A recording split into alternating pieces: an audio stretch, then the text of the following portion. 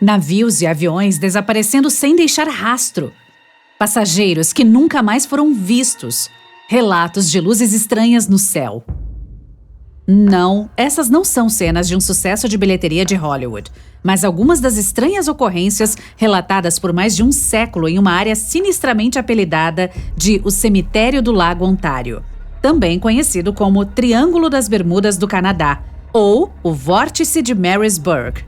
Ele se estende por uma parte do Lago Ontário, de Kingston ao Condado de Prince Edward, no Canadá, e até Oswego, em Nova York, nos Estados Unidos. As lendas sobre essa área podem ser tão arrepiantes quanto a água gelada do lago em que aconteceram. A história mais inquietante envolve a escuna chamada Bavária. Era 1889 e o navio estava sendo rebocado pelo lago. Águas agitadas partiram a corda de reboque e o Bavária flutuou para longe. Felizmente, a escuna foi encontrada mais tarde em segurança e totalmente intacta. Mas faltava uma coisa: a tripulação. Nem uma única pessoa estava a bordo. O que torna essa história ainda mais bizarra é que a mesa do jantar estava posta. Um pão foi encontrado, recém-assado, e o dinheiro do capitão e seus documentos estavam todos contabilizados. Havia até um canário de estimação cantando alegremente, como se nada estivesse errado. O que aconteceu com a tripulação? Podemos nunca saber. E esse não foi um incidente único. Pouco mais de uma década depois, em 1900, 3 navios, o Annie Minnis, o Picton e o Acacia, estavam navegando pelo lago. Apenas 2 chegaram ao seu destino final. O terceiro, o Picton, ia mais rápido à frente dos outros quando simplesmente desapareceu. Um cozinheiro do Annie Minnis disse: "Estávamos bem no lago até adiantados, quando de repente vimos as gáveas do Picton sumindo. Depois suas velas mais baixas, e então, enquanto estávamos parados olhando, o Picton simplesmente desapareceu. É possível que o navio tenha afundado, pois mais tarde havia alguns destroços na água, mas o navio em si nunca foi encontrado e nenhum de seus tripulantes foi localizado." Algumas semanas depois, uma garrafa com um bilhete dentro foi descoberta em Sackett's Harbor, Nova York. O bilhete era do capitão Sidley, do Picton. "Prendam o Vesey e a mim com uma corda forte para que sejamos encontrados juntos." O Vesey era o filho de 12 anos do capitão. O bilhete traz mais perguntas que respostas. Se as testemunhas estavam corretas, o desaparecimento do navio foi bastante rápido. Quando o capitão Sidley soube que estava em perigo, por que não pediu ajuda se ele teve algum aviso? Quando ele teve tempo de escrever um bilhete, engarrafá-lo e amarrar-se ao filho? Realmente é um mistério. E não foram apenas os navios que entraram em conflito com as forças estranhas na área. Os aviões também tiveram dificuldades para atravessar esse trecho intactos. Em 1975, Ron Scott voou do aeroporto de Picton em seu Cessna 172. Ao entrar no vórtice de Marysburg, seu avião tombou para o lado. Por vários segundos ele não conseguiu endireitar o avião, mas assim que deu, a mesma força o jogou para o outro lado. Ele ficou preso lá por alguns segundos, sem conseguir controlar seu avião.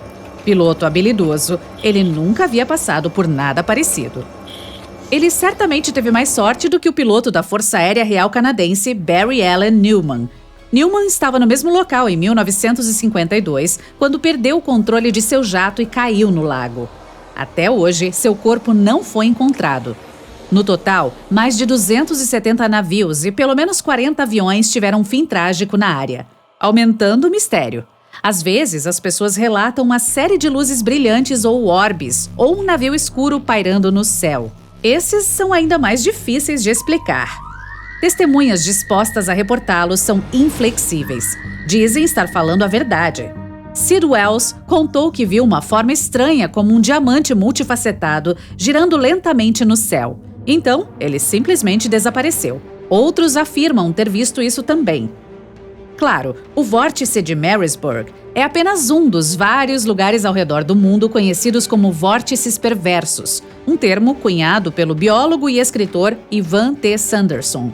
Ele descobriu 12 outras áreas igualmente espaçadas na superfície da Terra onde coisas estranhas acontecem. A mais conhecida delas é, claro, o temido Triângulo das Bermudas. Situado no Oceano Atlântico, entre Bermudas, Flórida e Porto Rico, ele foi responsabilizado pelo desaparecimento de milhares de pessoas que entraram lá, em barcos e aviões, e nunca saíram. Até o explorador Cristóvão Colombo teve a experiência de passar pelo misterioso Triângulo das Bermudas durante sua primeira viagem à América em 1492. Ele disse que as bússolas apontavam na direção errada, o nível do mar parecia mudar drasticamente e ele até avistou luzes estranhas no céu.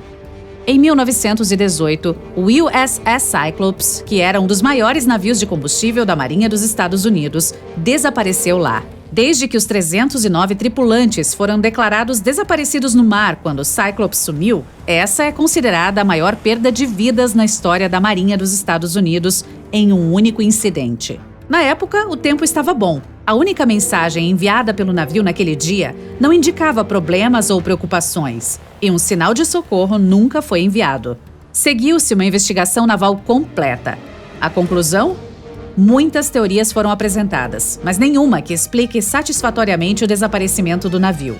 Em outras palavras, os investigadores ficaram perplexos.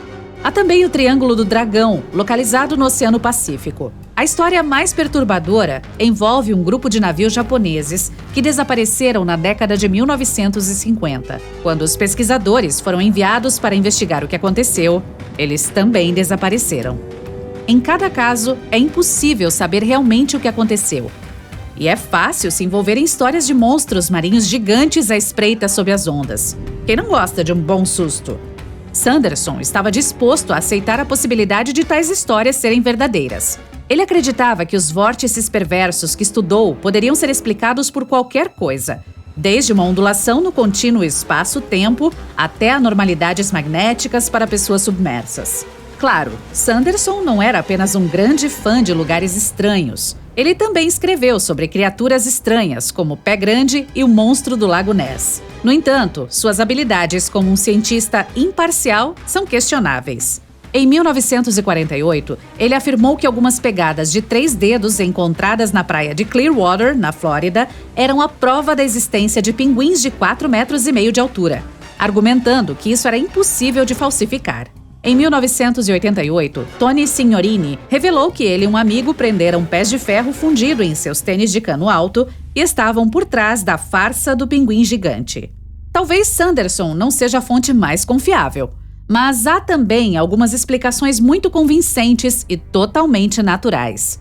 Vamos olhar especificamente para o vórtice de Marisburg. É perfeitamente possível que navios como o Bavaria e o Picton tenham sido destruídos por uma mistura de má sorte e mau tempo. O clima instável certamente não é incomum no Lago Ontário, e tempestades repentinas em águas abertas podem ser perigosas até para o marinheiro mais habilidoso. Ainda hoje, com os avanços na previsão do tempo, erramos o tempo todo. Naquela época, não havia como prever que uma tempestade estava se aproximando, e o clima era apenas um problema. O historiador Mark Seguin disse que a área sempre foi considerada perigosa, pois o leito do lago rapidamente fica raso ao longo da costa leste. Há também pequenas ilhas rochosas e bancos de areia espalhados por toda a área, tornando a navegação uma missão arriscada, especialmente para embarcações maiores ou sobrecarregadas por cargas pesadas. Em meados do século XX, a previsão do tempo moderna e a construção naval melhorada aliviaram a maioria dos perigos do transporte marítimo dos Grandes Lagos, resultando em menos perdas. O último grande naufrágio em qualquer um dos Grandes Lagos foi o do SS Edmund Fitzgerald, que afundou na costa do Lago Superior em 1975, com 29 tripulantes afundando com ele.